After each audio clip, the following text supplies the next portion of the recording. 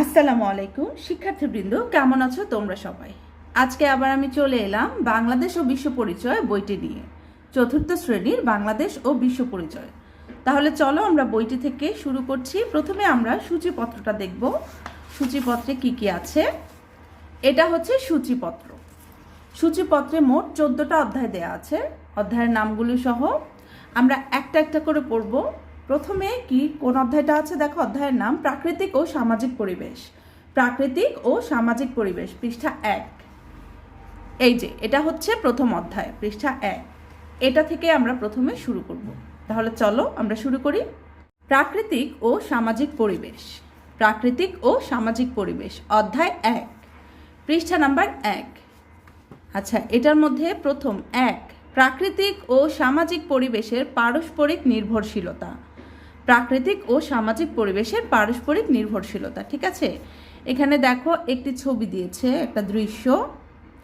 দৃশ্যের মধ্যে কি কি আছে? গাছপালা আছে, আকাশ আছে, পাহাড় আছে, নিচে ঘাস আছে, গরু আছে, মানুষ আছে, বিদ্যালয় আছে, তারপরে পতাকা আছে, মাটি আছে, পুকুর আছে, নদী আছে, তারপরে হচ্ছে হাঁস আছে, জেলে আছে, মানে সব ধরনের এখানে কর্মকাণ্ডগুলো আছে, সব ধরনের কাজ আছে এখানে, সব প্রাকৃতিক সামাজিক পরিবেশের সংস্পর্শে একটা দৃশ্য, ঠিক আছে। এখন এখানে দেখি কি বলেছে। উপরের ছবিটি পর্যবেক্ষণ করে প্রাকৃতিক ও সামাজিক পরিবেশের পারস্পরিক নির্ভরশীলতা সম্পর্কিত প্রশ্নের উত্তর লিখি। ঠিক আছে, এই উপরের ছবিটা পর্যবেক্ষণ করে আমরা কি করব? এই নিচের যে প্রশ্ন উত্তরগুলো আছে সেগুলো লিখব। এবার প্রশ্নগুলো আমি দেখছি। প্রশ্ন নাম্বার 1, প্রাকৃতিক পরিবেশের উপাদানগুলো কি কি? প্রাকৃতিক পরিবেশের উপাদানগুলো কি কি এখান থেকে আমরা বের করে নিব। তো এটা আমি খাতায় লিখে নিয়েছি। দেখো, 1, প্রাকৃতিক পরিবেশের উপাদানগুলো কি কি? উত্তর: প্রাকৃতিক পরিবেশের উপাদানগুলো হলো মাটি, পানি, বায়ু, নদী, পাহাড়, গাছপালা, পশু পাখি, সূর্যের আলো ও জলবায়ু ইত্যাদি। ঠিক আছে, প্রাকৃতিক পরিবেশের উপাদানগুলো কি কি? মাটি, পানি, বায়ু, নদী, পাহাড়, গাছপালা, পশু পাখি, সূর্যের আলো ও জলবায়ু ইত্যাদি। এবার প্রশ্ন নাম্বার 2 কি? সামাজিক পরিবেশের উপাদানগুলো কি কি? উত্তর: সামাজিক পরিবেশের উপাদানগুলো হলো ঘরবাড়ি, বিদ্যালয়, রাস্তাঘাট, বাজার ইত্যাদি। সামাজিক পরিবেশের উপাদানগুলো হলো ঘরবাড়ি, বিদ্যালয়, রাস্তাঘাট, বাজার ইত্যাদি। ঠিক আছে, এবার প্রশ্ন নাম্বার 3, সামাজিক পরিবেশ কিভাবে প্রাকৃতিক পরিবেশের উপর নির্ভরশীল? সামাজিক পরিবেশ কিভাবে প্রাকৃতিক পরিবেশের উপর নির্ভরশীল? এই যে উত্তর 3, সামাজিক পরিবেশ কিভাবে প্রাকৃতিক পরিবেশের উপর নির্ভরশীল। উত্তর: মানুষ খাদ্য, পানি, বাসস্থান ও জীবিকার জন্য প্রাকৃতিক পরিবেশের উপর নির্ভরশীল। নদী থেকে পানি, গাছ থেকে ফল, মাটি থেকে ফসল, গাছ থেকে কাঠ ও অক্সিজেন, সূর্য থেকে আলো পাওয়া যায়, যা মানুষের বেঁচে থাকার জন্য জরুরি। তাই সামাজিক পরিবেশ প্রাকৃতিক পরিবেশের উপর নির্ভরশীল। আবার পড়ছি, মানুষ খাদ্য, পানি, বাসস্থান ও জীবিকার জন্য প্রাকৃতিক পরিবেশের উপর নির্ভরশীল। নদী থেকে পানি, গাছ থেকে ফল, মাটি থেকে ফসল, গাছ থেকে কাঠ ও অক্সিজেন, সূর্য থেকে আলো পাওয়া যায়, যা মানুষের বেঁচে থাকার জন্য জরুরি। তাই সামাজিক পরিবেশ প্রাকৃতিক পরিবেশের উপর নির্ভরশীল। ঠিক আছে, তো 3টা প্রশ্নের উত্তর আমি লিখে দিলাম। আশা করি তোমরা বুঝতে পেরেছো। এবার আমরা পরের পেজে চলে যাচ্ছি। এই যে এটা হচ্ছে পরের পেজ, পৃষ্ঠা নাম্বার 2। এবার আমরা এটা একটু রিডিং করে নিচ্ছি। প্রথমে এখানে একটা দৃশ্য দেয়া আছে, দেখো। পরিবেশ আমাদের জীবন জীবিকা নির্বাহে উল্লেখযোগ্য ভূমিকা রাখে। পরিবেশ আমাদের জীবন জীবিকা, মানে জীবন হচ্ছে বেঁচে থাকা, জীবিকা হচ্ছে কাজকর্ম, নির্বাহে এগুলোর জন্য উল্লেখযোগ্য ভূমিকা পালন করে, খুবই গুরুত্বপূর্ণ ভূমিকা পালন করে। ঠিক আছে, আমাদের পোশাক আশাক, খাবার দাবার, চাল চলন অনেকটাই পরিবেশ প্রকৃতির উপর নির্ভরশীল। আমাদের চলাফেরা, পোশাক আশাক, চাল চলন, খাবার দাবার সবকিছুই কিন্তু প্রকৃতির উপর নির্ভরশীল। ঠিক আছে, প্রকৃতি থেকেই আমরা পাই। যেমন শীতে একটু রোদ পেলে আনন্দ পাই, তাই না? গরমে রোদ থেকে দূরে থাকার চেষ্টা করি। প্রচণ্ড গরমে গাছের ছায়ায় শান্তি পাই, গাছপালা তাপমাত্রা কমিয়ে পরিবেশকে সতেজ ও আরামদায়ক করে তোলে। গাছের ছায়ায় শান্তি পাই। গাছপালা কি করে? তাপমাত্রা কমিয়ে নিয়ে আসে, যা পরিবেশকে সতেজ ও আরামদায়ক করে আমাদের জন্য। ঠিক আছে। নির্মল বাতাস নেওয়ার জন্য আমরা শহর থেকে দূরের কোনো সবুজ ঘেরা প্রকৃতিতে বেড়াতে যাই। মাঝে মাঝে আমরা বেড়াতে যাই না? প্রকৃতি দেখার জন্য কিন্তু আমরা বেড়াতে যাই, যেখানে আমরা একটু শান্তি পাই। যে যানবাহনে ভ্রমণ করি তা আবার চলে তেল, বিদ্যুৎ বা গ্যাসে। যে যানবাহনটাতে আমরা ভ্রমণ করি গাড়িতে, সেটা কিসে কিসে চলে? তেল, বিদ্যুৎ বা গ্যাসে চলতেছে, তাই না? প্রকৃতি এইসব জ্বালানি সরবরাহ করে। তার মানে এইসব জ্বালানিগুলো আমরা কোথা থেকে পাই? প্রকৃতি থেকে, যেগুলো কিন্তু জ্বালানি। ঠিক আছে। তবে জ্বালানির এই মজুদ অফুরন্ত নয়, একদিন শেষ হয়ে যাবে। এই যে জ্বালানিগুলো আছে প্রকৃতি থেকে আসছে, কিন্তু এগুলো কিন্তু অফুরন্ত নয়, মানে ফুরিয়ে যাবে, কখনো না কখনো শেষ হয়ে যাবে। এগুলো কিন্তু থেকেই যাবে না। আমরা যদি মনে করি এগুলো প্রকৃতি থেকে আসবেই না, এটা একটা সময় শেষ হয়ে যাবে। সূর্য সকল শক্তির উৎস। সকল শক্তির উৎস কোনটা? সূর্য। ঠিক আছে। আমরা পরিবেশ বান্ধব সৌরশক্তি বিভিন্ন কাজে ব্যবহার করি। সৌরশক্তি আমরা কি করি? বিভিন্ন কাজে ব্যবহার করি। সূর্যের আলো সবুজ উদ্ভিদের খাবার তৈরির অন্যতম উপাদান। সূর্যের আলো কি? সবুজ উদ্ভিদের যে খাবারটা তৈরি হয়, সবুজ উদ্ভিদও তো খায়, তাই না? সেটার জন্য সূর্যের আলো সবচেয়ে গুরুত্বপূর্ণ একটি উপাদান। ঠিক আছে। আবার এই সবুজ উদ্ভিদই অনেক প্রাণীর খাবার। এই অনেক প্রাণী আবার এই সবুজ উদ্ভিদ থেকে খাদ্য গ্রহণ করে বা সবুজ উদ্ভিদ খায়। উদ্ভিদ জন্মাতে মাটি দরকার। কি দরকার উদ্ভিদ জন্মাতে? মাটি। মাটি ছাঁকনির মতো কাজ করে বৃষ্টির পানিকে বিশুদ্ধ করে ভূগর্ভে জমায়। এই পানি আমরা পান করি। মাটি কি করে? ছাঁকনির মতো ছেঁকে যে বৃষ্টির পানিটা আসে সেটাকে বিশুদ্ধ করে এটাকে ভূগর্ভে জমায়। এই পানি আমরা কি করি? পান করি, একটা বিশুদ্ধ পানি, তাই না? কৃষক এই মাটিতেই ফসল ফলায়। তারা মাটির যত্ন নেন। কৃষক কি করে? মাটিতেই ফসল ফলায় এবং মাটির কিন্তু ওরা যত্নও নেয়। আবার কীটনাশক ব্যবহার করে মাটি দূষিত করে। কীটনাশক ব্যবহার করার ফলে কি হয়? মাটি দূষিত হয়। আমরা অনেকে ইট তৈরির জন্য মাটি বিক্রি করি, এতে মাটি নষ্ট হয়। যেখানে সেখানে পলিথিন ও প্লাস্টিকের জিনিস ফেলে মাটি নষ্ট করি। মাটি কি কি কারণে নষ্ট হচ্ছে? ইট তৈরির জন্য যে মাটি বিক্রি করি, এতে মাটি নষ্ট হচ্ছে। পলিথিন বা প্লাস্টিকের জিনিসপত্র ফেলেও কিন্তু মাটি নষ্ট হচ্ছে। এছাড়া উপকূলীয় অঞ্চলে বাঁধ দিয়ে চিংড়ি চাষ মাটির লবণাক্ততা বাড়িয়ে দেয়। উপকূলীয় অঞ্চলগুলোতে বাঁধ দেওয়ার ফলে চিংড়ি চাষ করা হয়, এতে মাটির যে লবণাক্ততা, মানে লবণের পরিমাণটা বাড়িয়ে দেয়। ফলে ফসল উৎপাদন ও বিশুদ্ধ পানির উৎস কমে যাচ্ছে। এই কারণে কি হচ্ছে? বিশুদ্ধ পানির সাথে সাথে ফসল উৎপাদনও মাটির থেকে কমে যাচ্ছে। ঠিক আছে। হাওর বাওর নদী নালায় প্রচুর মাছ পাওয়া যায়, ফলে এসব এলাকায় মৎস্যভিত্তিক অর্থনৈতিক কর্মকাণ্ড গড়ে ওঠে। যেসব জায়গায় বেশি মাছ পাওয়া যায় সেসব জায়গায় কি? মৎস্যভিত্তিক অর্থনৈতিক, মানে মাছের বেচা কেনা হয় এসব জায়গায় বেশি। ঠিক আছে।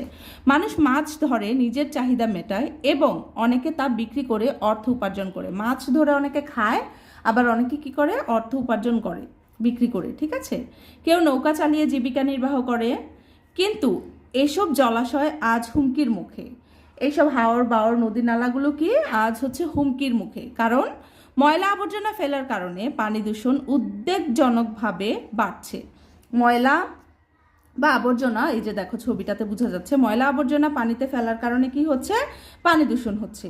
একইভাবে নগরায়ন, প্রযুক্তির উন্নয়ন ইত্যাদির ফলে বেড়ে যায় বায়ু দূষণ। নগরায়ন ও প্রযুক্তির যে উন্নয়ন হচ্ছে, এই ধোঁয়া হচ্ছে, এই জন্য এই কারণে বেড়ে যাচ্ছে বায়ু দূষণ। বায়ু দূষণে বাড়ছে রোগ ব্যাধি, ব্যাহত হচ্ছে ফসল উৎপাদন, কমছে মানুষের স্বাভাবিক আয়ু। বায়ু দূষণের কারণে কি হচ্ছে? রোগ বাড়ছে মানুষের, তারপরে হচ্ছে ফসল উৎপাদন কম হচ্ছে, আর মানুষের আয়ু যেটা বেঁচে থাকাটা কমে যাচ্ছে। ঠিক আছে। আবার জনসংখ্যা বৃদ্ধির ফলে খাদ্য, পানি, বাসস্থান, জ্বালানি ইত্যাদির চাহিদা বাড়ছে। জনসংখ্যা মানে মানুষ বেড়ে যাওয়ার কারণে কি বাড়ছে? খাদ্য, পানি, বাসস্থান, জ্বালানি ইত্যাদির চাহিদা বেড়ে যাচ্ছে। নদী দখলের ফলে পরিবর্তিত হচ্ছে নদীর গতিপথ। নদী দখল করছে অনেকে, নদী দখল করে মাটি ফেলে ঘরবাড়ি তুলছে। এই কারণে কি হচ্ছে? নদীর গতিপথ পরিবর্তন হয়ে যাচ্ছে, যেটা আগে এভাবে সোজা যেত সেটা বাঁকা হয়ে যাচ্ছে। কৃষির জমির রূপ এবং ধ্বংস হচ্ছে বন। এসব কারণে কি হচ্ছে? বন আর কৃষির জমি ধ্বংস হয়ে যাচ্ছে। এতে বনের উপর নির্ভরশীল মানুষের ভোগান্তি বাড়ছে। বাড়ি বা আসবাবপত্র তৈরির উপকরণ দুষ্প্রাপ্য হয়ে যাচ্ছে, গাছ কমে যাচ্ছে আস্তে আস্তে, এই জন্য। অন্যদিকে পাহাড়ের মাটি ও গাছ কাটার ফলে ভূমিধস হচ্ছে। ভূমিধস কেন হচ্ছে? পাহাড়ের মাটি ও গাছ কাটার ফলে। এতে মাটি চাপা পড়ছে ঘরবাড়ি, গৃহপালিত পশু। এতে মাটিতে কি চাপা পড়ছে? ঘরবাড়ি ও গৃহপালিত পশুরা, কারণ মাটি ভেঙে যাচ্ছে। ভূমিধস মানে মাটি ভেঙে যাওয়া। এমনকি মানুষও, শুধু মানুষ নয়, পাহাড় ও বন ধ্বংসে চরম বিপদে আছে বন্যপ্রাণী। পাহাড় ও বন ধ্বংসের কারণে কারা বিপদে আছে? মানুষ, গৃহপালিত পশু, ঘরবাড়ি সহ বন্যপ্রাণীগুলো তো বন ছাড়া থাকবে কোথায়? আশ্রয় ও খাবারের অভাবে কোনো কোনো প্রাণী পৃথিবী থেকে চিরতরে হারিয়ে গেছে। কোনো কোনো প্রাণী আশ্রয় আর খাবার না থাকার কারণে মারা যাচ্ছে, ঠিক আছে। আবার কোনো কোনো প্রাণী বিলুপ্ত হওয়ার পথে। বিলুপ্ত মানে একেবারে এইসব প্রাণীর যে জাত, এটা একদম নিঃশেষ হয়ে যাচ্ছে। প্রাকৃতিক পরিবেশের এই ব্যাপক পরিবর্তনের জন্য মানুষই দায়ী। তাই পরিবেশ সংরক্ষণে আমাদের সবার সচেতন হওয়া প্রয়োজন। আমাদের সবার কি প্রয়োজন? সচেতন হওয়া প্রয়োজন পরিবেশ সংরক্ষণ করার জন্য। এবার ক্ষয়ে কি বলেছে দেখি। উপরের অনুচ্ছেদটি পড়ে, মানে এই পুরো অনুচ্ছেদটি পড়ে আমরা প্রকৃতির কোন কোন উপাদানের উপর নির্ভরশীল তার একটি তালিকা তৈরি করি, ঠিক আছে। ওকে, 1 মাটি দিয়ে দিয়েছে, দেখো একটা উদাহরণ। 2 সূর্যের আলো, আমরা সূর্যের আলোর উপরে নির্ভরশীল, তাই না। 3 পানি, 4 মাছ, 5 বায়ু, 6 পাহাড়, 7 গাছপালা, 8 নদী। এরকম একটা তালিকা তৈরি করলাম। এবার কি বলেছে দেখি। উপরের তৈরিকৃত তালিকা পর্যালোচনা করে নিচের ছকটি পূরণ করি। এই যে তালিকাটা আমরা তৈরি করেছি, এবার এটার থেকে আমরা এই নিচের 5টি যে উপাদান, এই উপাদান নিয়ে এই পর্যালোচনা তৈরি করব। কি কি বলেছে? তালিকায় উল্লেখিত উপাদান আমরা যেভাবে উপকৃত হই, না থাকলে যে সমস্যা হতো। তালিকায় উল্লেখিত উপাদান একটি উদাহরণ দিয়েছে, দেখো মাটি। এবার আমরা যেভাবে উপকৃত হই, মাটিতে ফসল ফলাই, মাটি ছাঁকনির মতো কাজ করে, পানি বিশুদ্ধ করে, তাই না। আর না থাকলে কি সমস্যা হতো? খাদ্য ও বিশুদ্ধ পানির সংকট হতো। মাটি না থাকলে খাদ্য ও বিশুদ্ধ পানির কি হতো? সংকট হতো। তারপরে কি 2 নাম্বার হচ্ছে, কিছু লিখি নাই, আমি যে খাতায় লিখে নিলাম, দেখো আমি তোমাদেরকে দেখিয়ে দিচ্ছি। 2 নাম্বারে আমি লিখলাম পানি। পানি পান করি, রান্না করি, কৃষিকাজে সেচ হিসেবে ব্যবহার করি, ঠিক আছে। এবার না থাকলে কি হতো? পানি না থাকলে কোনো প্রাণী বেঁচে থাকতে পারতো না। পানি না থাকলে কোনো প্রাণী বেঁচে থাকতে পারতো না। 3 সূর্য। সূর্য থেকে আমরা আলো ও তাপ পাই। সূর্যের আলো উদ্ভিদের খাদ্য তৈরি করে। এবার না থাকলে কি হতো? সূর্য না থাকলে পৃথিবী অন্ধকার থাকতো, ফলে উদ্ভিদ খাদ্য তৈরি করতে পারতো না। এবার 4 হচ্ছে গাছপালা। গাছ থেকে আমরা অক্সিজেন পাই, খাদ্য ও কাঠ পাই, গাছ আমাদের ছায়া দেয়। গাছপালা না থাকলে জীব নিঃশ্বাস নিতে পারতো না, ঠিক আছে। 5 হচ্ছে বায়ু। বায়ুর কারণে আমরা শ্বাস নিতে পারি। আর বায়ু না থাকলে কি হতো? বায়ু না থাকলে পৃথিবী উত্তপ্ত হয়ে জীবের বেঁচে থাকা অসম্ভব হতো। তো এই 5টা আমরা লিখে নিয়েছি বইয়ে, তোমরা বইয়েও লিখে নিতে পারো, আমি খাতায় লিখে নিয়েছি। এবার পরের পৃষ্ঠায় চলে এলাম। এখানে দেখো কি বলেছে। ঘ, পূর্বের পৃষ্ঠার অনুচ্ছেদটি পড়ে প্রাকৃতিক পরিবেশ কিভাবে মানুষের কার্যক্রম দ্বারা ক্ষতিগ্রস্ত হয় তা নিচের মাইন্ড ম্যাপে লিখি। এটা হচ্ছে একটা মাইন্ড ম্যাপ, মন থেকে আমরা করেছি। এবার এর মধ্যে লিখবো আমরা আগের যে অনুচ্ছেদটি পড়েছি এটার মাধ্যমে, ঠিক আছে। এখানে দেখো প্রাকৃতিক পরিবেশ। প্রাকৃতিক পরিবেশের কি কি উপাদান দিয়েছে? মাটি, পানি, বায়ু, বন, নদী, পাহাড়, ঠিক আছে। এবার আমরা দেখো প্রতিটা 2টা করে কারণ লিখতে বলেছে। মাটি, এখানে একটা উদাহরণ দিয়েছে, কীটনাশক ব্যবহারের ফলে, মানে কি কারণে দূষিত হচ্ছে, ক্ষতিগ্রস্ত হচ্ছে। মাটি হচ্ছে কীটনাশক ব্যবহার করলে, আর একটা হচ্ছে পলিথিন ও প্লাস্টিকের জিনিস ফেলে। পলিথিন ও প্লাস্টিকের জিনিস মাটিতে ফেললেও মাটি দূষণ হয়। এবার কি পানি, ময়লা আবর্জনা ফেলা, নদী দখল, এই 2টা কারণে পানি দূষিত হচ্ছে। তারপরে কি আছে দেখো, বায়ু। নগরায়ন।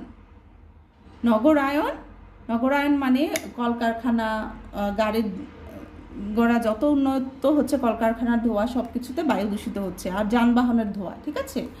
তারপরে কি আছে দেখো, আমি একটু এভাবে ঘুরিয়ে ঘুরিয়ে দেখাচ্ছি। বন, বন দখল, গাছ কাটা, এই 2টা কারণে বনের ক্ষতি হচ্ছে। তারপরে হচ্ছে নদী, বজ্র পদার্থ ফেলা, দখল ও ভরাট করা, এই কারণে কি হচ্ছে? নদী ক্ষতিগ্রস্ত হচ্ছে। পাহাড়, পাহাড়ের গাছ কাটা, পাহাড় কাটা, এই 2টা কারণে পাহাড় ক্ষতিগ্রস্ত হচ্ছে। তো আমি 2টা করে কারণ এখানে লিখে নিলাম, তোমরা দেখো, দেখে ভালো করে পড়ে লিখে নেবে। তা আজকে এ পর্যন্ত। পরবর্তীতে আমরা পরের যেই ধাপগুলো আছে, এই যে পরিবেশ সংরক্ষণ, সেটা পড়ে দেখাবো। তো ভালো থাকবে, সুস্থ থাকবে, আল্লাহ হাফেজ।